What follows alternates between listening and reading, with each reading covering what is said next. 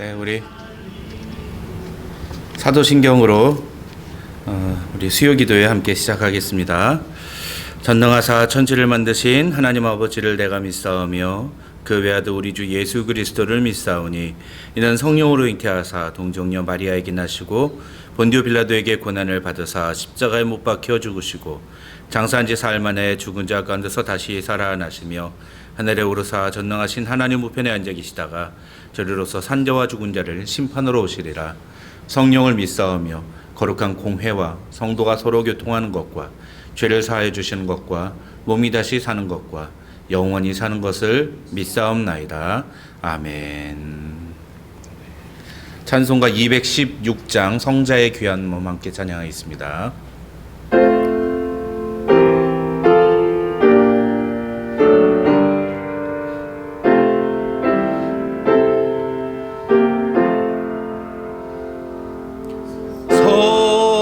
성자의 귀한 몸 날 위하여 버리신 그 사랑 고마워라.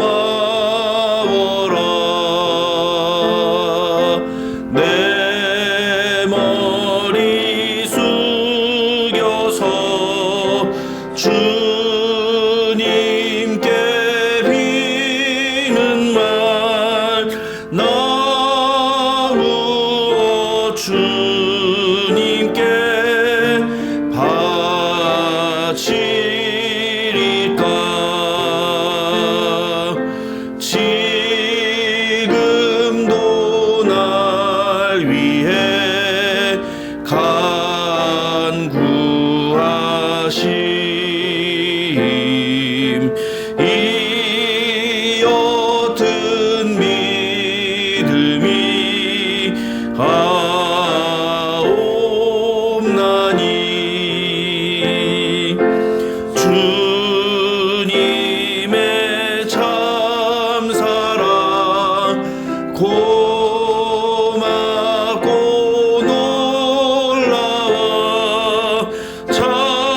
찬송과 기도를 쉬지 않네. 주님의 십자가 나도 지고 신실한 믿음과 마음으로 형제의 사랑과 친절한 위로를 네게나 베풀게 하옵소서. 만 가지 은혜를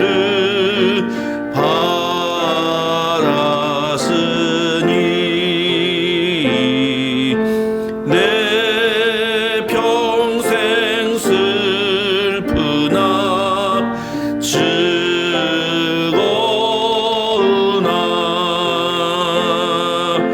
이 몸을 온전히 주님께 바쳐서 주님만 위하여 늘 살겠네. 4절 만 가지 은혜를 받았으니 만 가지 은혜를 받았으니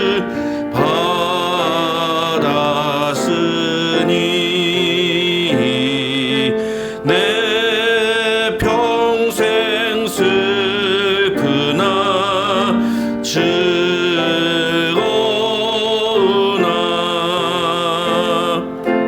이 몸을 온전히 주님께 바쳐서 주님만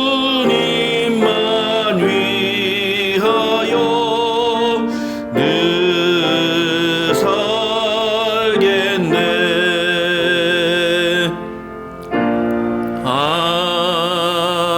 아멘.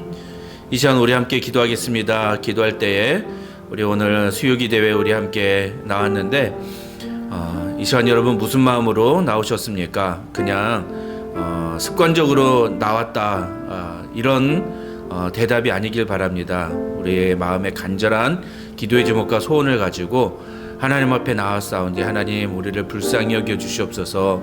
그런 마음으로 주님 앞에 나오는 성도들 되시고요. 이 시간에 우리 함께 기도할 때 하나님 오늘도 주시는 말씀을 듣고 그 말씀 붙잡고 우리가 함께 기도할 때 하나님 우리의 마음 가운데 성령께서 주시는 놀라운 은혜와 기쁨과 감사가 넘치는 이 밤이 되게 하여 주시옵소서.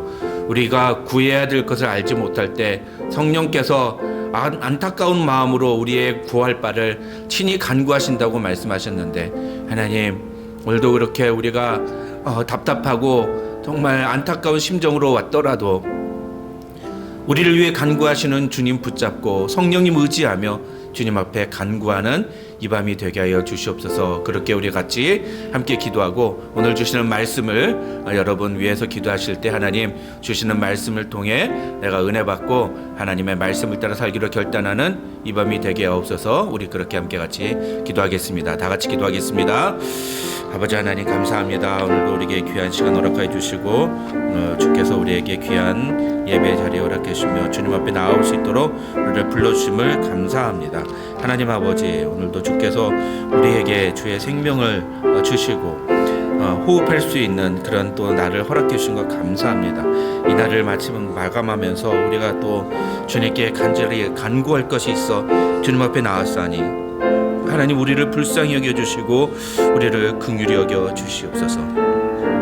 상한 마음과 통회하는 심령으로 주님 앞에 나온 사랑하는 성도들 주님 붙잡아 주시고 하나님 우리가 정말 간절히 간구해야 될 것이 무엇인지를 분명하게 알게 하시고 하나님 오늘 이 밤에 그것을 놓고 기도하는 기도의 자리가 될 수 있도록 도와주시며 하나님 이 제단 위에 기도의 불을 붙여주셔서 우리 교회의 성도들이 정말 기도하러 주님 앞에 나오는 성도들 기도의 자리를 찾는 그런 성도들이 될 수 있도록 하나님 도와주시옵소서. 주님 골고다 언덕에서 주님 기도하실 때 아버지 하나님 정말 겟세마네 언덕에서 기도하실 때 하나님 정말 제자들에게 깨어 기도하라고 말씀하셨는데 과연 우리가 정말 그렇게 깨어있는 자들인지 우리 자신을 돌아보게 하여 주시고 아버지 하나님 오늘 이 밤에도 우리가 그렇게 깨어 주님 앞에 기도하는 성도들 될 때 한 사람의 기도자가 세상을 변화시키는 놀라운 역사를 바라볼 수 있도록 도와주시며 오늘 또한 우리가 말씀을 듣습니다. 이 말씀 앞에 우리가 먼저 무릎 꿇고 하나님 우리의 마음을 주님 앞에 내어놓는 이 밤이 될 수 있도록 하나님 도와주시옵소서. 성령님 우리의 마음을 붙들어 주시옵소서. 주님 인도하여 주시옵소서. 주님 도와주시옵소서. 감사드립니다. 주님 도와주시옵소서.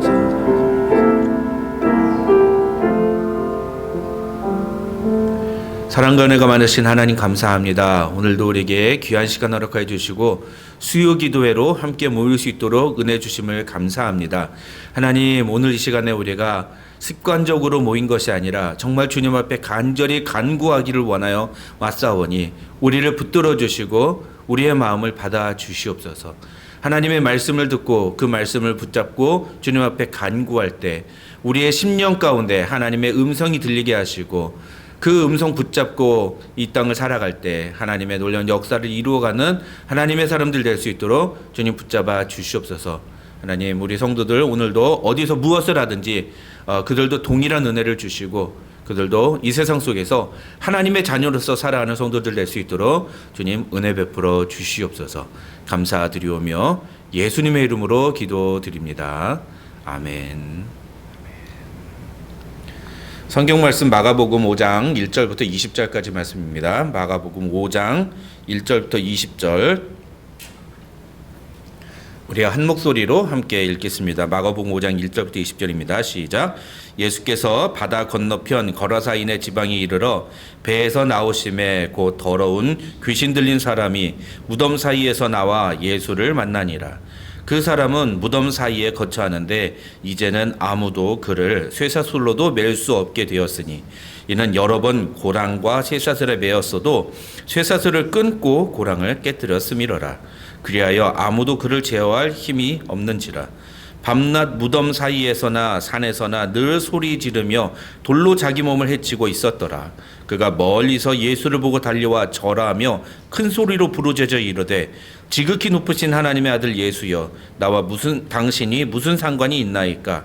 원하건대 하나님 앞에 맹세하고 나를 괴롭히지 마옵소서 하니, 이는 예수께서 이미 그에게 이르시기를 더러운 귀신아 그 사람에게서 나오라 하셨음이라. 이에 물으시되 네 이름이 무엇이냐? 이르되 내 이름은 군대니 우리가 많음이니이다 하고 자기를 그 지방에서 내보내지 마시기를 간구하더니 마침 거기 돼지의 큰 떼가 산 곁에서 먹고 있는지라. 이에 간구하여 이르되 우리를 돼지에게로 보내어 들어가게 하소서 하니 허락하신대 더러운 귀신들이 나와서 돼지에게로 들어가매 거의 2,000마리 되는 떼가 바다를 향하여 비탈로 내리다라 바다에서 몰사하거늘 치던 자들이 도망하여 읍내와 여러 마을에 말하니 사람들이 어떻게 되었는지를 보러 와서 예수께서 이르러 그 귀신 들렸던 자 곧 군대 귀신 집혔던 자가 옷을 입고 정신이 온전하여 앉은 것을 보고 두려워하더라. 이에 귀신 들렸던 자가 당한 것과 돼지의 일을 본 자들이 그들에게 알림해 그들이 예수께 그 지방에서 떠나시기를 간구하더라. 예수께서 배에 오르실 때에 귀신 들렸던 사람이 함께 있기를 간구하였으나 허락하지 아니하시고 그에게 이르시되 집으로 돌아가 주께서 내게 어떻게 큰 일을 행하사 너를 불쌍히 여기신 것을 내 가족에게 알리라 하시니 그가 가서 예수께서 자기에게 어떻게 큰 일 행하셨는지를 데가볼리에 전파하니 모든 사람이 놀랍게 여기더라. 아멘. 아멘. 우리 함께 읽은 본문 말씀 가지고 간구하는 자의 자세라는 제목으로 하나님의 말씀 살펴보겠습니다.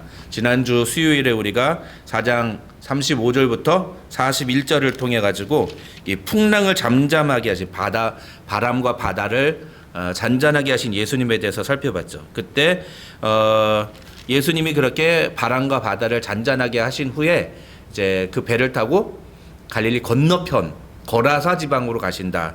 이 말씀을 나눴습니다. 5장 1절을 보면 예수께서 바다 건너편 거라사인의 지방에 이르러 라고 하시죠. 이 거라사라는 지방은 이방인의 땅이에요.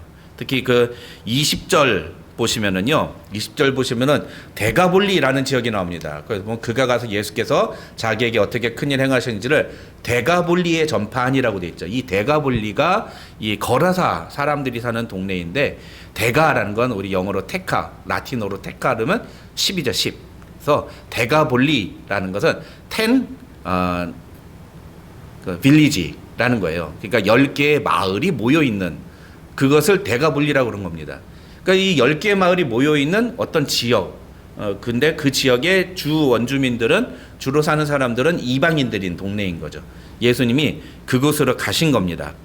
이 예수님이 이 이방인들의 땅인 거라사 지방으로 들어가시자마자 그러니까 배에서 내리자마자 어떤 일이 벌어집니까? 더러운 귀신 들린 사람이 무덤 사이에서 나와서 예수님 앞에 다가옵니다. 그게 2절에 나오죠.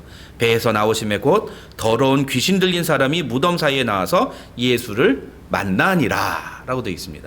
그리고 이제 이 2절부터 시작해서 20절까지 나오는 내용은 예수님이 이 더러운 귀신 들린 사람을 고쳐주시는 그런 장면으로 이렇게 기록이 되어 있습니다. 그게 이 5장 1절부터 20절까지의 핵심적인 내용입니다. 근데 이 5장 1절부터 20절까지 내용을 우리가 계속 읽다 보면은 계속해서 반복해서 나오는 단어가 하나가 있어요. 여러분 집에 가서 한번 다시 살펴보세요. 물론 이제 제가 미리 결론부터 말씀을 드릴 거니까 가서 보시면 더 잘 보이실 텐데 잘 모르고 그냥 스쳐 지나가는데 성경을 조금 깊이 우리 오 목사님이 말씀하신 PBS를 하듯이 성경을 계속 깊이 있게 보다 보면 계속해서 눈에 띄는 단어가 있습니다. 그게 뭐냐 하면은 간구라는 단어예요. 간구. 물론 이 본문에서 예수님, 뭐 귀신 이런 단어들이 많이 나오니까 그게 굉장히 중요한 단어이긴 한데 또 그에 못지않게 간구라는 단어가 나와요. 굉장히 많이 한 4번 정도 나오는데 세 개의 간구하는 모습이 등장을 합니다. 그래서 저는 오늘 이 본문을 통해서 예수님이 더러운 귀신 들린 사람을 고쳐주시는 것이 핵심이지만 귀신 들린 사람을 고쳐주신 것보다도 사실은 더 중요한 게 이 과정을 통해서 여기에 등장하는 등장인물들이 예수님께 간구를 했던 것과 그것에 예수님이 어떤 반응을 보이셨는지 그런 것들을 살펴보는 게 사실은 더 중요하다. 그렇게 생각합니다. 왜냐하면 이유는 좀 이따가 제가 말씀을 드릴게요. 이 더러운 귀신 들린 사람은요, 무덤 사이에 거처하는 사람이었어요. 그러니까 무덤에서 있었던 사람이라는 거죠. 여러분 무덤에서 잠자 보셨습니까? 무덤에서 잠을 자면 어떨 것 같으세요? 편안합니다. 생각보다. 전 예전에 저희 집사람이 군대 얘기 절대 하지 말라고 했는데 6개월 방위를 하는 동안에 군대에서 무덤에서 잔 적이 있어요. 망우리 공동묘지에서 훈련을 받으면서. 근데 생각보다 되게 편안하더라고요. 예? 너무 피곤해. 그런 것 같아요. 군장 메고 걷고 막 훈련하고 막 그러니까 그때 한 일주일 정도 밖에서 이렇게 훈련을 했는데 근데 무덤에서 굉장히 오싹할 거라고 생각했는데 그렇지 않고 의외로 편안했어요. 예. 그런데 대부분의 사람들은 무덤은 가까이 가기도 싫어하죠. 굉장히 무섭습니다. 굉장히 기분이 이상해요. 그렇죠? 근데 이 귀신 들린 사람이 무덤에 가까이 있었다는 건 무슨 뜻일까요? 그 귀신들이 이 사람에게 들어왔었다는 거예요. 그러니까 자기와 가까운 그쪽에 계속 머물러 있었던 거죠. 뿐만 아니라 이 사람은요, 아무도 그 사람을 제어할 사람이 없었다. 그렇게 되어 있습니다. 그래서 3절부터 5절까지 보면은요, 아무도 그 사람을 제어할 수가 없어요. 4절 보십시오. 아무도 그를 제어할 힘이 없는지라. 누구도 통제를 할 수 없는. 굉장히 강력한 사람이었습니다. 근데 왜 이 사람이 이렇게 힘이 센가? 그것은 나중에 보니까 9절을 보니까 예수님이 그 사람한테 너 누구냐? 그 사람에게 들어가 있는 귀신에게 물으시대요. 너 누구냐? 그러니까 그 사람 속에 있는 귀신이 뭐라고 그래요? 저는 군대입니다. 군대입니다. 그래서 왜 군대라는 이름을 썼느냐? 우리가 많음이니이다. 그러니까 이 사람 속에 귀신이 온갖 잡다한 귀신들이 다 들어가 있었다는 거예요. 어마어마한 귀신이 있으니까 그 귀신들이 엄청나게 많으니까 그러니까 사람들이 그 귀신을 제어하지를 못하는 거예요. 힘으로도 제어할 수 없고 무엇으로도 제어하지 못하는. 그래서 더 이상 통제가 불가능하니까 그냥 그 사람이 하는 대로 내버려 둘 수밖에 없는. 막 쇠사슬로 묶었는데도 그것도 막 끊어버리고. 그래서 헐크예요. 와.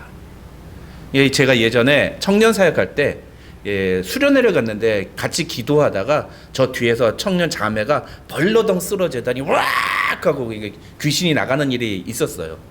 그때 우리가 같이 이제 저하고 제 아내도 있었나? 그리고 우리 그 리더들하고 같이 뒤에 가서 막 괴성을 지르는 자매를 이게 붙잡아 놓고 이렇게 진정을 시키고 기도를 해주려는데 아주 짱딸맣게 제 아내보다 키가 작아요.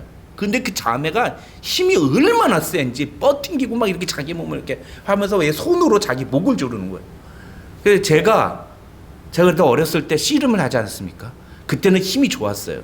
그 자매의 손을 빼려고 하는데 이게 잘 안 빼질 정도로 야, 이렇게 자기 몸을 막 이렇게 목을 주면서 왁 하고 하는데 야, 귀신 들린 사람 힘이 이렇게 세구나. 그걸 제가 알았습니다. 자기의 힘이 아니에요. 귀신의 힘인 거죠. 아무도 제어를 하지 못해요. 근데 그런 귀신 들린 사람이 예수님이 배에서 내리시는 것을 보자마자 어떻게 해요? 예수님한테 달려갑니다. 그러면서 뭐라고 합니까? 7절에 보면은 예수님한테 뭐라고 그래요? 지극히 높으신 하나님의 아들 예수여, 나와 당신이 무슨 상관이 있나이까? 원하건대 하나님 앞에 맹세하고 나를 괴롭히지 마옵소서. 이렇게 얘기합니다. 여기서 큰 소리로 부르짖어 이르되 라는 표현이 있죠. 여기에 우리가 과야는 간구라는 단어가 숨어 있습니다. 부르짖었다는 거예요. 간청했다는 겁니다. 큰 목소리로 간구했다는 거예요. 뭐라고요?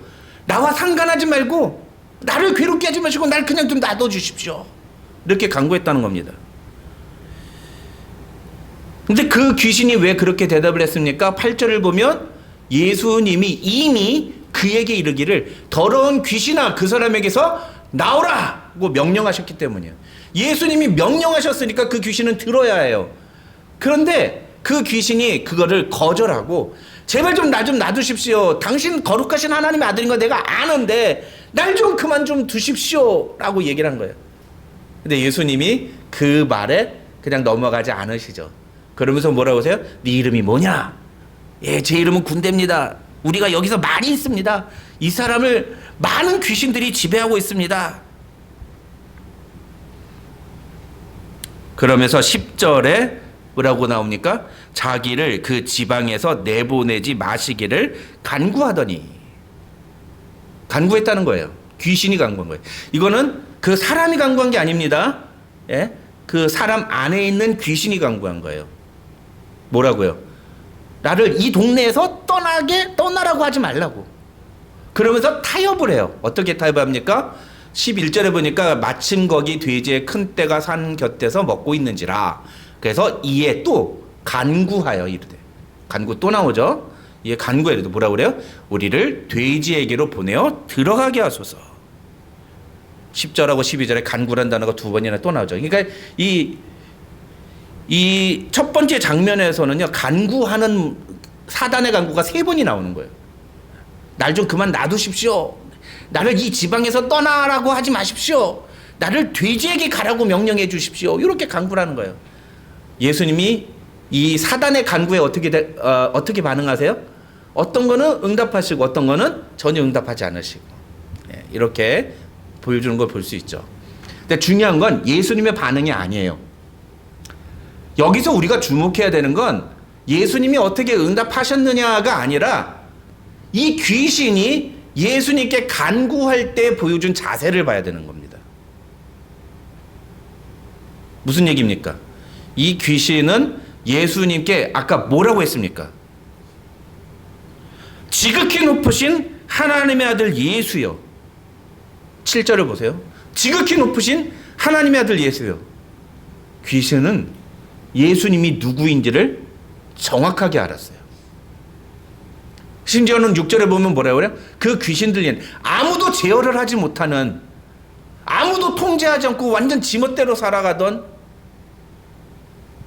그래서 무덤가에서 자고 막 그랬던 사람인데 귀신이 들렸는데, 근데 갑자기 예수님 보자마자 막 뛰어와가지고서는 예수님 앞에 절을 해요. 이 절하여라는 단어가 되게 중요한 거예요. 절했다는 게 뭡니까? 예수님의 권위를 인정했다는 겁니다. 무슨 얘기예요? 귀신은 예수님께 간구하는데 예수님이 누구신지를 정확하게 알고 간구했다는 거예요.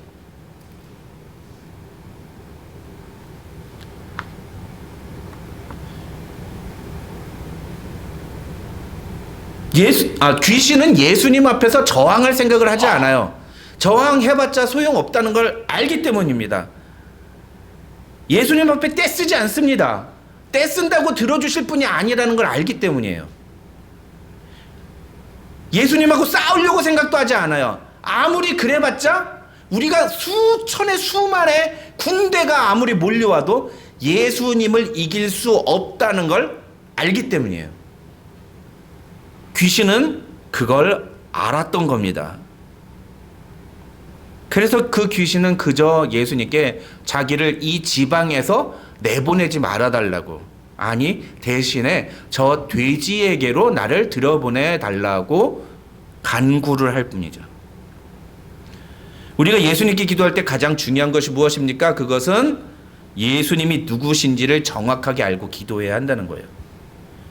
여러분, 아까 제가 왜 이 마가복음 5장에서는 우리가 기도 응답을 받는 것보다도 더 중요한 게 예수님이 누구신지를, 우리가 간구를 할 때 예수님이 누구신지를 아는 것, 우리의 간구의 자세가 왜 더 중요한지를 아는 것이, 그것이 더 중요하다라고 말씀을 드렸지 않습니까? 왜 그것이 더 중요하냐? 결론부터 말씀을 드리면 이 마가복음 5장에는 세 개의 스토리가 나와요. 이 더러운 귀신 들린 사람을 고치시는 장면, 두 번째는 12년간 혈루증에 걸린 여자를 고치시는 장면, 그리고 세 번째는 회당장 야이로의 딸을 고치시는 장면, 이렇게 세 개의 장면이 나옵니다.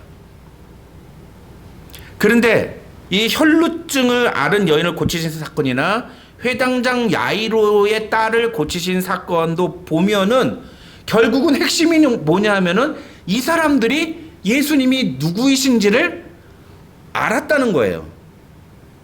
그리고 그 믿음을 보시고 예수님은 그들을 고쳐주셨다. 이게 이 마가복음 5장이 우리에게 제시하는 거예요.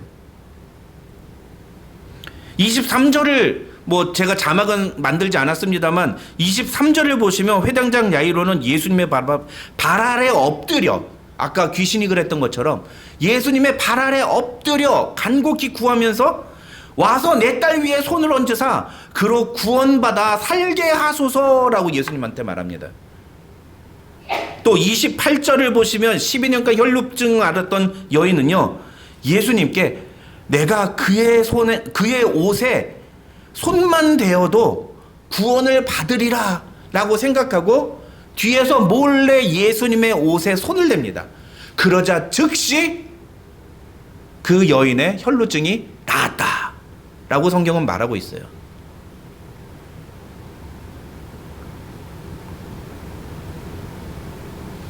회당장 야이로나 12년간 혈루증을 앓았던 여인이나 예수님은 자신의 딸과 자신의 몸을 고쳐주실 수 있는 능력이 있는 분이라는 사실을 알았다는 거예요.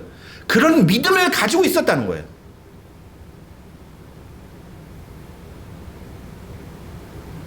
그게 오늘 본문에서 굉장히 중요한 포인트입니다. 왜 중요할까요? 이게 이 5장만 보면 이게 왜 중요한지 모릅니다. 4장부터 연결되는 것에서 봐야 돼요. 그래서 우리가 지난주에 살펴봤던 4장 35절부터 41절에서 제자들이 마지막에 뭐라고 했습니까? 4장 41절에서 제자들은 심히 두려워하여 서로 말하되 그가 누구이시기에 바람과 바다도 순종하는가 하였더라. 그가 누구이시기에, 예수님 저분이 도대체 누구길래 바람과 바다도 순종하는가. 예수님하고 함께 있었던 제자들은 예수님이 누구이신지를 몰랐어요. 그분이 어떤 능력을 갖고 있는 분인지를 몰랐어요. 그러니까 바람과 파도가 막 크게 일어나고 그래서 배가 막 뒤집힐 것 같은 상황이 되니까 그 중에는 어부 출신도 있는데 우리가 죽게 되었다고 예수님 앞에 떼를 쓰는 그런 모습을 봅니다. 예수님이 어떤 분이신지를 모르니까 예수님과 함께 있음에도 불구하고 두렵고 떨림으로 죽음의 공포를 느꼈는데 예수님이 어떤 분이신지를 알았던 12년간 혈루증을 앓았던 여인이나 회당장 야이로는 예수님께 와서 그분 앞에 절하면서 주님, 당신이 말씀만 하시면 나올 수 있습니다. 아니 내가 당신의 옷에다가 손만 대어도 내 몸이 나을 거다 라고 생각을 하는 거예요. 오늘 우리가 예수님께 간구하러 이 자리에 나오지 않았습니까? 그럴 때 우리에게 가장 중요한 게 무엇이냐? 예수님이 누구신지를 정확하게 아는 거예요. 그래서 조나단 에드워드라고 하는 학자가 있습니다. 미국의 17세기에 미국 제1차 부흥을 이끌었던 영적 대가성을 이끌었던 아주 중요한 그런 학자이신데 그분은 우리의 모든 믿음은 우리의 지식에서부터 비롯된다라고 얘기했어요. 무슨 얘기냐? 우리가 하나님을 얼마나 제대로 알고 있는가에서 우리의 믿음이 시작이 된다는 거죠. 그러니까 믿음이 중요하다는 게 아니라 지식, 감정, 의지가 다 중요한데 이게 전인격이 중요한데 그래서 첫 출발이 지식이다. 그래서 하나님을 아는 것이 그만큼 중요하다라고 이야기를 했습니다. 예수님이 어떤 능력을 가지신 분인지를 우리가 알아야 오늘 우리의 기도가 하나님 앞에 응답될 수 있습니다. 이것을 우리가 먼저 알아야 된다는 거죠. 계속 살펴보겠습니다. 14절을 보십시오. 14절을 보시면 갑자기 돼지떼 2,000마리가 쏜살같이 갑자기 바닷가로 몰려가가지고 모두 다 몰살당했다라는 소식이 동네에 퍼지니까 그 돼지를 치던 사람들이 도망을 가요. 그리고서는 읍내와 여러 마을에 말을 했다고 그랬어요. 소문을 낸 겁니다. 세상에 이런 일이 벌어졌다고 해서 도대체 무슨 일인지 모르겠다고 그러고 막 하니까 사람들이 뭐야 왜 그런 거야, 도대체 어떻게 된 거야, 그래서 막 몰려든 거예요. 그러면서 그 돼지가 바닷가로 빠져 들어갔던 그 지역으로, 그 장소로 갑니다. 어떻게 되었는지를 보러 왔어요. 그런데 와서 보니까 더 놀라운 일을 목격합니다. 15절을 보면은 예수께 이르러 그 귀신 들렸던 자, 곧 군대 귀신 짚혔던 자가 옷을 입고 정신이 온전하여 앉은 것을 보고 두려워하더라 라고 되어 있습니다. 자기들이 그렇게 쇠사슬도 묶고 막 이게 뭐 수갑도 채우고 막 그러면서 어떻게든 막 이렇게 한번 그 제어를 해보려고 노력했는데도 절대로 제어할 수 없었던 그 귀신 들린 사람이 정신이 온전해가지고 옷을 똑바로 입고 가만히 앉아 있는 걸 본 거예요. 이야, 이거 신기하다. 이게 뭐냐? 이게 어떻게 된 거냐? 야, 이거 어떻게 된 거야? 아니, 저 사람이 왜 저러고 앉아있지? 그러니까 16절에서 뭐래요? 그래요? 이에 귀신 들렸던 자가 당한 것과 돼지의 일을 본 자들이 그들에게 알렸어요. 무엇을 알렸을까요? 앞에 14절까지 일어난 일을 알려준 거예요. 여러분, 그러자 17절을 보십시오. 그 이야기를 들은 사람들이 뭐라고 반응합니까? 그들이 예수께 그 지방에서 떠나시기를 간구하더라. 두 번째 간구가 나와요. 두 번째 간구가. 이 두 번째 간구는 누구의 간구예요? 이건 그 동네 사람들, 대가볼리 사람들이에요. 쉽게 말하면 불신자들의 간구죠. 예수님을 믿지 않는 사람들의 간구입니다. 이 사람들의 간구의 내용은 뭐예요?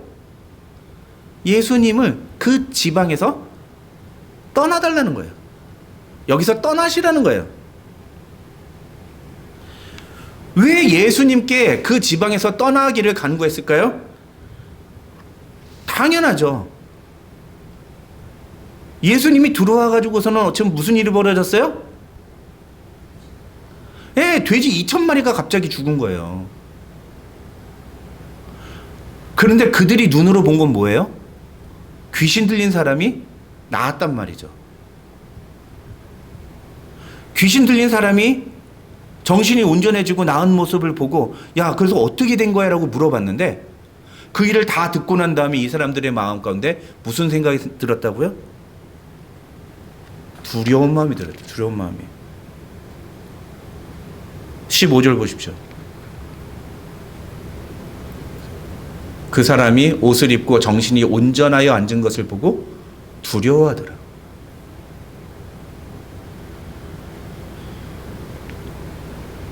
여기서 두려워하다라는 단어는요, 겁을 먹었다는 거예요.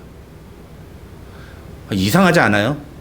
저 귀신 들린 사람이 정신이 온전해서 멀쩡하게 앉아있는 모습을 보고 사람들이 갑자기 겁을 먹었다는 거예요. 어떻게 이런 일이 일어나냐?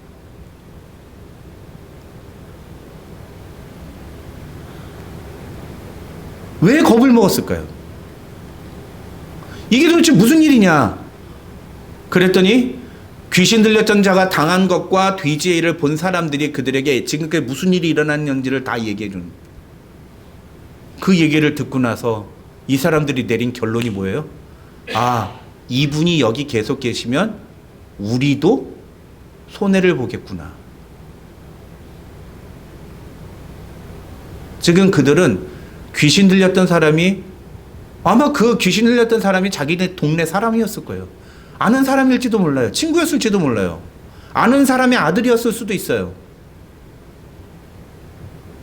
근데 그 사람이 귀신이 떠나가고 온전하게 된 것은 관심이 없어요.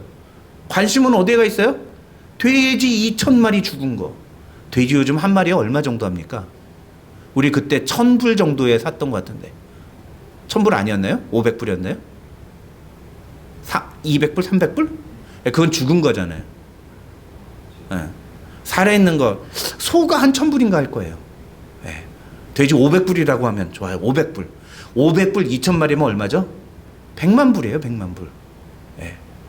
100만 불. 상당히 큰 돈이긴 하네요. 큰 경제적인 손실이긴 하네요. 그런데 천하의 목숨보다 그 100만 불이 더 귀합니까? 이 사람들은, 이 대가불리 사람들의 관심은 오로지 어디에 가 있어요? 돈에 가 있는 거예요. 경제적인 이익에 가 있는 겁니다. 뭐가 나한테 이득이냐, 손실이냐를 따져서 예수님한테 우리를 떠나주십시오, 여기서 떠나주십시오라고 간구하는 거예요. 여러분, 예수님이 여기 한번 와주시는 게 얼마나 이득입니까? 제가 요즘 텔레비전 프로 중에 이제 최강 야구라는 프로를 봐요.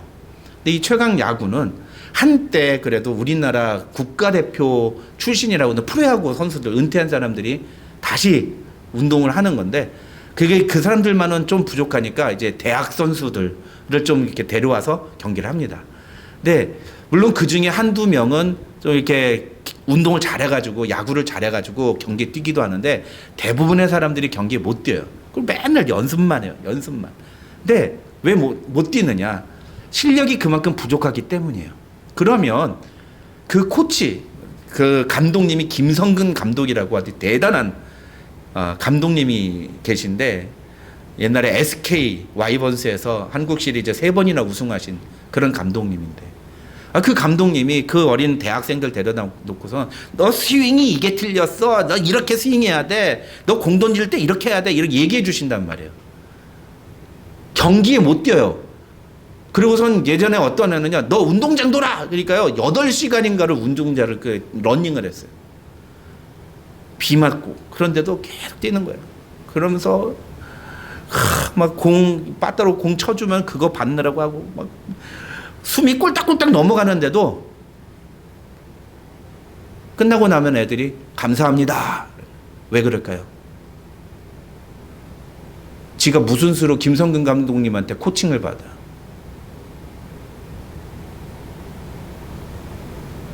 그건 자기에게 주어진 천운이에요. 천운. 진짜 천의 기회예요. 천의 기회. 그런데 김성근 감독 밑에서 야구를 배우는 게 진짜 복일까요? 예수님과 함께하는 게 복일까요? 예수님이 대가볼리 지역에 들어가시는 게 진짜 복일까요? 아니면 무엇이 복일까요? 예수님이 그 사람들에게 다가가시고 그 사람들에게 복음을 선포하시는 것보다 더 큰 복이 있을까요? 근데 이 대가볼리 사람들은 그런 예수님한테 무엇을 요구해요? 우리 동네에서 떠나 주십시오.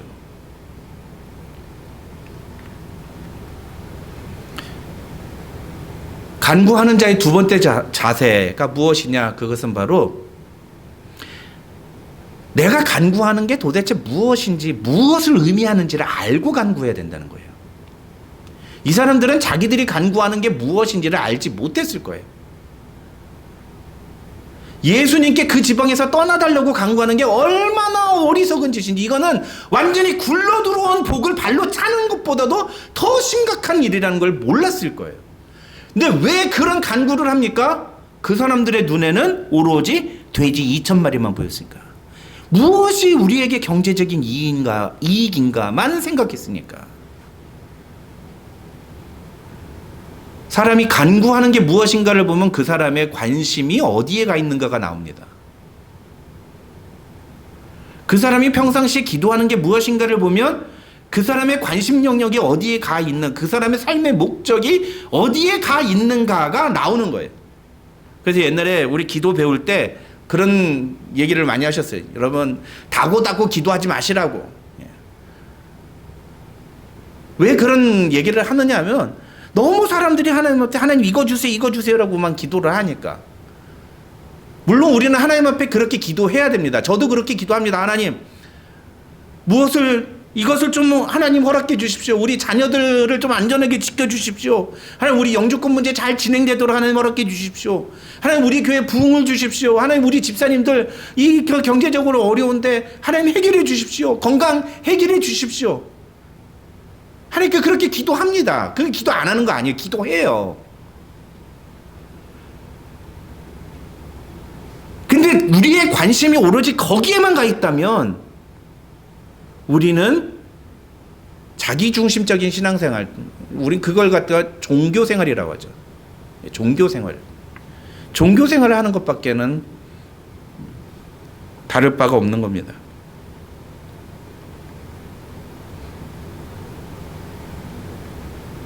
우리가 간구하는 것이 과연 무엇인지를 우린 돌아봐야 돼요.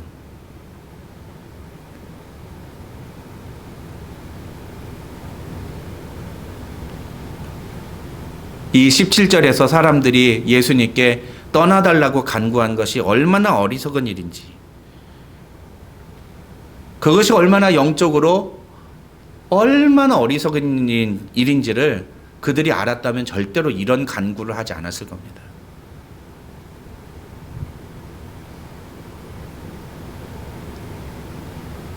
우리의 자녀들이 잘되기를 놓고 기도하지만 우리의 자녀들이 세상에서 잘 먹고 잘 사는 것을 놓고 기도하면 안 됩니다. 그보다 먼저 우리의 자녀들이 하나님을 만나기를 놓고 기도하셔야 돼요.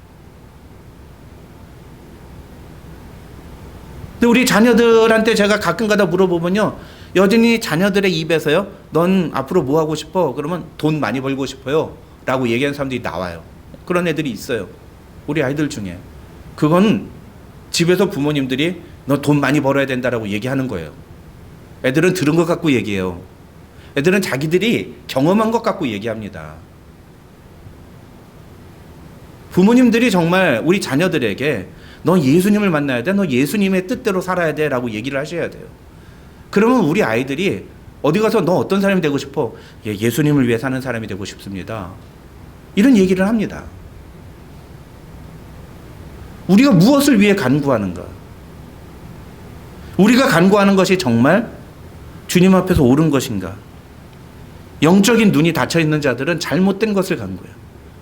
우리는 하나님 앞에서 바른 간구를 해야 됩니다.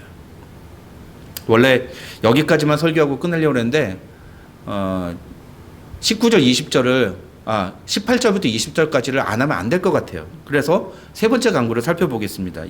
18절에 보시면 뭐라고 됩니까? 예수께서 배에 오르실 때 이 사람들이 이 쓸데없는 잘못된 간구를 하니까 예수님이 알았어, 니네 그럼 갈게, 그러고 떠나시는 거예요. 예수님은 그래, 니네가 내가 필요 없다는데 내가 못하러 여기 있냐? 가야지. 그래서 배를 타고 가시는 거예요. 그때 18절에 보시면 귀신 들렸던 사람이 예수님에게 함께 있기를 간구했어요. 세상 사람들은 예수님에게 우리 동네에서 떠나라고 얘기하지만 예수님이 어떤 분이신지를 경험한 사람, 예수님의 능력을 몸으로 체험한 사람은 예수님과 함께 있는 것이 얼마나 중요한지를 알아요. 그러니까 예수님께 함께 있기를 간구했다. 그게 18절이에요. 그래서 우리가 우리의 신앙생활에서 체험을 하는 것이 좀 중요한 것 같습니다. 체험을 하면 우리의 믿음이 더 굳건해지는 거죠. 체험 없이 사는 인생은요, 머리로만 이해하는 냉랭한 신앙을 갖기가 쉽습니다. 그러나 삶에서 놀라운 체험을 통해서 예수님을 경험하는 사람은 가슴에서 뜨거운 열정과 믿음에 대한 확신을 잃지 않습니다. 그래서 그 사람은 기도하고 간구할 때 바른 것을 간구하게 되는 거죠. 그런데 중요한 건 19절입니다. 19절 보시면 뭐라고요? 허락하지 아니하시고. 예수님이 그 사람의 간구를 허락하지 않으셨다는 거예요. 함께 있어 주십시오라고 하는데 허락하지 않으셨다. 아니, 이 사람이 잘못된 걸 간구했습니까? 예수님 저희와 함께 있어 주십시오라고 간구하는 게 잘못된 거예요? 우리도 그런 기도 하잖아요. 주님 나와 함께 하여 주시옵소서. 그런 기도 하잖아요. 근데 예수님이 허락하지 않으셨다. 아니야, 난 너하고 같이 안 있을 거야 라고 말씀하시는 거예요. 그래서 뭐라고 그러세요? 19절에 그에게 이르시되 집으로 돌아가 주께서 너에게 어떻게 큰일 행하사 너를 불쌍히 여기신 것을 네 가족에게 알리라.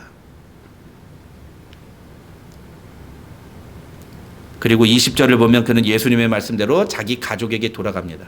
뿐만 아니라 데가볼리에 있는 사람들에게 자기가 경험한 일을 이야기를 해줘요. 그랬더니 모든 사람이 놀랍게 여겼더라. 복음을 전파하니까 그 복음을 들은 사람들이 놀랍게 여겼다고 성경 말합니다. 데가볼리 사람들이 예수님을 믿었을지는 잘 모르겠어요. 학자들은 그 사람을 통해서 예수님의 복음이 전파됐다라고 그렇게 해석을 하기도 합니다. 여기서 중요한 건 뭡니까? 때로 예수님은 우리가 간구하는 것과 다른 응답을 하신다는 거예요. 그런데 그때 우리의 자세가 어떠해야 하는가라는 거죠. 저는 10년 전에 12년 전이네요. 벌써 12년 전에 한국에서 미국으로 건너올 때 제가 미국에서 계속 사역을 하고 싶었어요. 그래서 동부에서 3년 반 사역을 마치고 미국의 다른 지역에 있는 곳에 정말 많은 곳에 사역제를 원서를 넣어서 사역을 계속하기를 원했는데 미국을 떠날 수밖에 없게 하나님이 하시더라고요.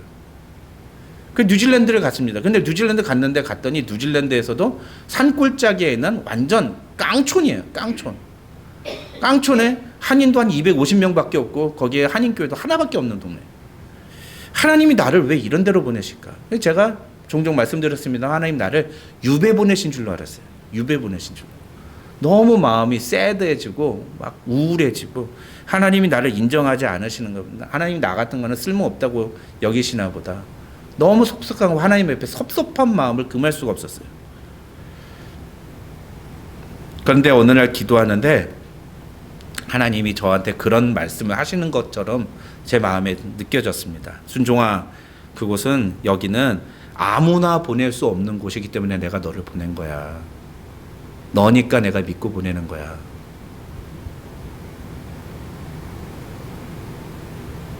제가 그 마음이 제게 들었을 때 너무 놀랍고 그리고 그 다음에 되게 감사함이 생겼어요. 오히려 자긍심이 생겼습니다. 그래서 그 교회는 사실은 담임 목사가 평균 2년 반 정도 사역하던 그런 교회였거든요. 근데 제가 거기서 만 7년, 있는 것까지 하면 8년을 거기서 있었어요. 거의 최장수 사역자예요. 그곳에서 굉장히 힘들고 어려운 일들을 많이 겪었습니다. 누구나 제 얘기를 들으면은 그런 데서 어떻게 아직까지 버티고 계세요? 이런 얘기를 할 정도로. 그런데 제 마음속에는요, 그 힘들고 어려운 일이 있지만 되게 감사했어요. 지금도 그 뉴질랜드에 대한 그 추억이 저한테는 좋은 추억들이 많이 있어요. 되게 감사하고 기뻤던 일들. 그런 기억들이 많이 있습니다. 어떻게 제 마음이 그렇게 달라질 수 있었는가 하면은 하나님이 나를 유배를 보내신 게 아니라 아무나 보낼 수 없는 곳이기 때문에 나를 보내셨다라고 하는 그 기도의 응답 같은 소리를 들었기 때문이에요. 하나님이 내가 미국에서 사역을 얻도록 하나님 영주권도 얻고 미국에서 사역해서 우리 아이들도 미국에서 잘 자랄 수 있도록 하나님 길을 열어주십시오라고 기도했는데 하나님 그 기도에 응답 안 하셨어요. 그럴 때 너무너무 섭섭하고 얼마나 속상했는지 모릅니다. 그런데